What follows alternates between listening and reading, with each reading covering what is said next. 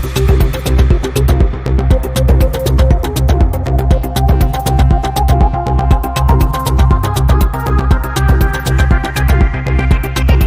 Guys, मैं आपका project coach Deepak Govardhane from make it possible. आज मैं आपके लिए एक बहुत ही अनोखा टॉपिक लाया हूँ। अगर आप मोस्टली अगर आप कोई भी कंपनी में असेंबली लाइन में अगर आप देखोगे तो जो लेबर्स होते हैं जिनको कंटिन्यूसली टेबल पे काम होता है, तो वो कुछ देर खड़े होके काम करते हैं, कुछ देर वो बैठ के काम कर सकते हैं।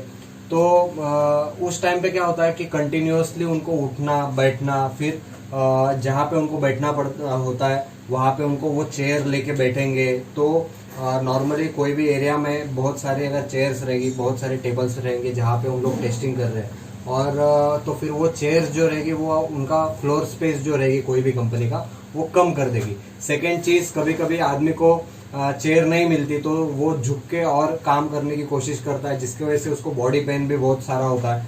और थर्ड चीज़ अगर आप देखोगे कि वो उस टाइप की जो सिस्टम में जो वर्क एफिशिएंसी है वो भी कहीं ना कहीं पे कम हो जाती है। फोर्थ चीज़ जो रहेगी आपकी वो है लैक ऑफ कंसंट्रेशन। जो अगर आप बैठने में और खड़े रहने में अगर बहुत ज़्यादा कंसंट्रेशन दे रहे हो तो आपकी जो मेन काम है आपका काम, उस पर आप ज़्यादा कंसंट्रेट नहीं कर पाते हो। और फिफ्थ जो है, और एग्जिस्टिंग कुछ सिस्टम्स है जिसमें विदाउट चेयर आप बैठ सकते हो, लेकिन वो आज के डेट में बहुत कॉस्टली है, और ऐसा ब्लू कॉलर वर्कर या इंडस्ट्री को उतनी कॉस्ट पे करके उनको वो सिस्टम वो नहीं दे सकते। तो ये सारी हो गई अपनी प्रॉब्लम्स। तो सॉल्यूशन क्या है? तो सॉल्यूशन ये है कि कुछ ऐसा डिज़ाइन और डेवलपमेंट हो जो ऑर्गोनॉमिकली यूज़र फ्रेंडली होना चाहिए। तो इसके लिए हम लोग ये आपके लिए टॉपिक लेके आए हुए हैं जिसका नाम है चेयरलेस चेयर।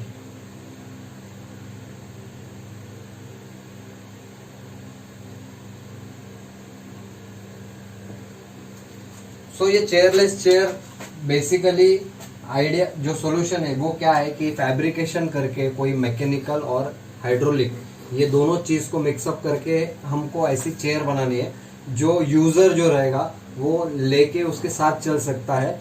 कहीं पे भी जाके वो अगर उसको रेस्ट करना है या बैठ के काम करना है तो कोई भी जगह पे उसको चेयर ढूंढने की जरूरत नहीं पड़ेगी। वो जो भी उसने पहना हुआ है चेयरलेस चेयर अपनी जो सिस्टम है वो जो पहनी हुई है उसको लेके वो आराम से बैठ सकता है। उसको बार बार उसके लिए सीट या चेयर बैठने की जगह ढूंढने की जरूरत नहीं है। ये अपना एक सॉल्यूशन है। तो हम आज अभी देखेंगे वो चेयरलेस चेयर का जो कंस्ट्रक्शन है वो क्या है, एक्चुअल में चेयरलेस चेयर है क्या और उसको किस हिसाब से डिजाइन होनी चाहिए। अगर आप देख रहे होगे तो ये मैंने दो डायग्राम्स निकाले हुए हैं, डिफ्रेंशिएट कर देता हूँ मैं थोड़ा सा। तो इसमें फर्स्ट डायग्राम में हमने दिखाया हुआ है कि एक नॉर्मली कोई पर्सन अगर स्टैंड रहता है तो उसका पैर का पोजीशन जो रहता है मैंने आपको रेड कलर में दिखाया हुआ है, और सिटिंग का जो पोजीशन रहता है वो मैं यहाँ पे दिखाया हुआ है। तो नॉर्मली मैंने क्या किया हुआ है कि जो वर्कर रहते हैं, ब्लू कॉलर वर्कर रहते हैं जो नॉर्मली असेंबली लाइंस पे काम करते हैं, तो उनको सेफ्टी शूज जो पहनना रहता है वो कंपल्सन होता है। तो हम वो सेफ्टी शूज को लेके ही एक डिजाइन बना रहे हैं जिसमें जो सेफ्टी शूज है उस पर वो टाई होके एक प्लेटफॉर्म हम लोग देंगे नीचे के बाजू में, और वो प्लेटफॉर्म को हम लोग एक हाइड्रोलिक स्प्रिंग लगाएंगे। जो स्प्रिंग को लिंकेजेस रहेंगे, मेनली दो लिंकेजेस रहेंगे, एक रहेगी लिंकेज ए और एक रहेगी लिंकेज बी।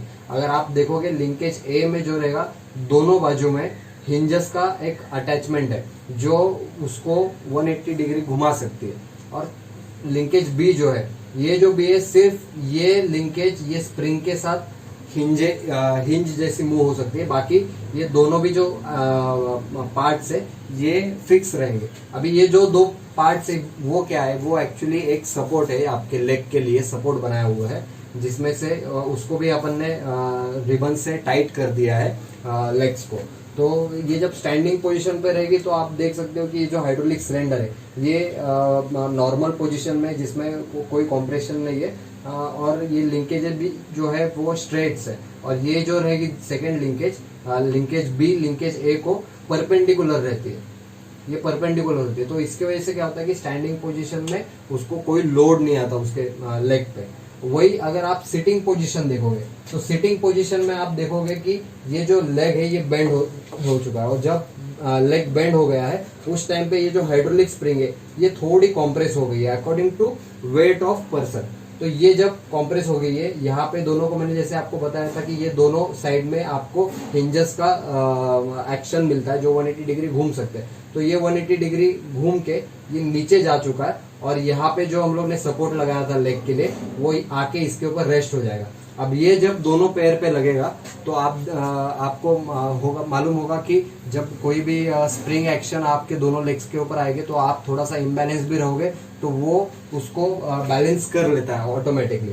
तो मेनली इसका एप्लीकेशंस कहाँ पे आपको देखने को मिलेगा कि ऑटोमोबाइल का जो असेंबली लाइन्स है तो वहाँ पे कंटिन्यूअसली वर्कर को खड़ा रह के भी काम करना पड़ता है, बैठ के भी काम करना पड़ता है। तो उस टाइप वो कंपनी में आपको ये जो आपका कंसेप्ट है ये काम में आ सकता है। और सेकंड है गैरेजेस में बहुत सारे वायरिंग के गैरेजेस होते हैं। उसके बाद में आपके जो टूल्स वगैरह जो चलाना पड़ता है बार बार, तो उसके लिए भी उनको बार बार खड़ा रहना पड़ता है, बार बार बैठना पड़ता है। तो ऐसे कुछ गैरेजेस में ये ज़रूरत पड़ सकती है। और थर्ड है आपका प्रोडक्शन लाइन। तो प्रोडक्शन लाइन में भी सेम वही सिस्टम है कि कोई भी प्रोडक्शन लाइन में जो असेंबली पॉइंट रहता है वहाँ पे उनको बैठना पड़ता है, बार बार उठना पड़ता है।